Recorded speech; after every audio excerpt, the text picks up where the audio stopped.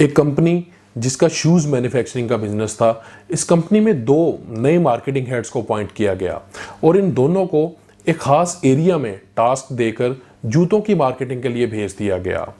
2 दिनों तक ये दोनों मार्केटिंग एग्जीक्यूटिव्स उस एरिया में लोगों से मिले और जूतों की मार्केटिंग की।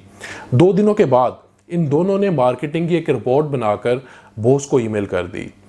एक की रिपोर्ट को जब बॉस ने पढ़ा तो उसे एक लेटर भेज दिया गया कि तुम्हें अभी इसी वक्त जॉब से निकाला जाता है और कल से तुम्हें जॉब पर आने की कोई ज़रूरत नहीं है। दूसरे की रिपोर्ट को जब बॉस ने पढ़ा तो उसे एक लेटर भेजा गया कि कॉन्ग्रेचुलेशंस, आज से हम तुम्हें अपनी कंपनी का मार्केटिंग हेड बनाते हैं और आज से तुम्हारी सैलरी भी डबल कर दी गई है।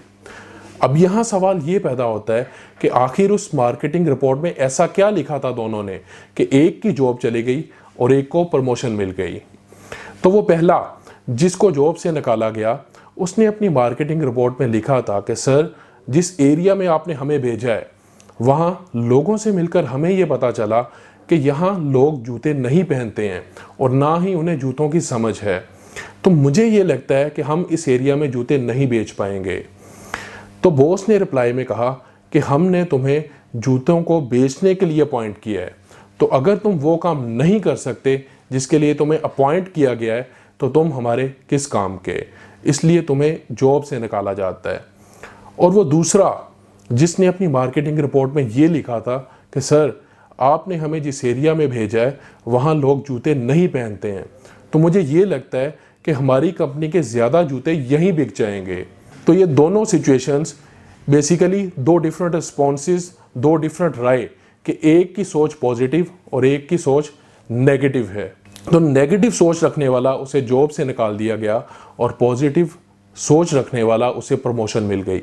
हमारी ज़िंदगी की कामयाबी का सफ़र भी पॉजिटिव एटीट्यूड से, पॉजिटिव थिंकिंग से शुरू होता है। हमारी सोच इस बात का तयन करती है कि आप कामयाबी के सफ़र में कहाँ तक जा सकते हैं।